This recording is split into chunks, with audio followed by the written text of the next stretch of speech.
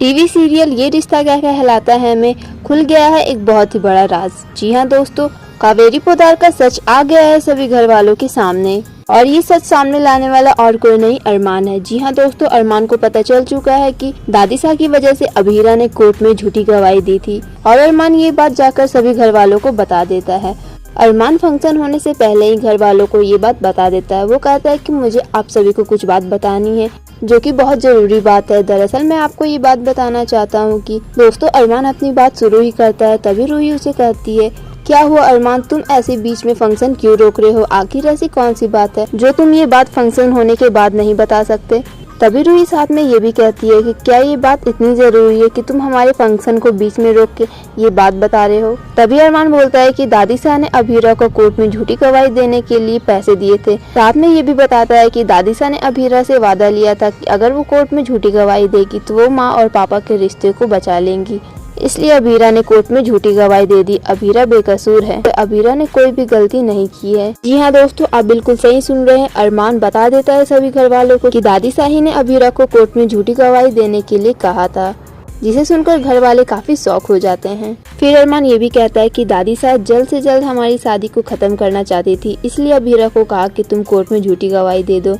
अभीरा तो सिर्फ दादीसा के पास यह कहने गई थी कि वो माँ और पापा के रिश्ते को बचाने में उसकी मदद करे, लेकिन दादीसा ने अभीरा के सामने एक बहुत बड़ी शर्त रख दी और साथ ही ये भी कहा कि मैं तुम्हारी मदद तभी करूंगी जब तुम कोर्ट में झूठी गवाही दोगी।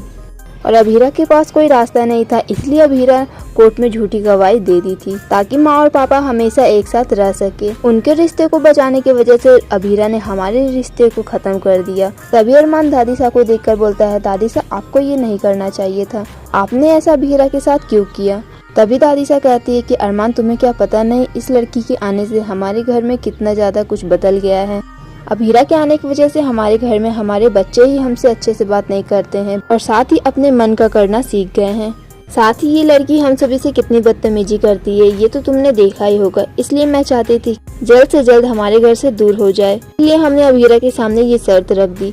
साथ ही दादीसा ये भी कहती है कि हमने कुछ गलत नहीं किया है, कहती है कि जाकर उस लड़की से पूछो उस लड़की के आने की वजह से हमारे घर में कितने बदलाव हुए हैं और उसने कितना तहस नहस कर दिया है हमारे इस घर को।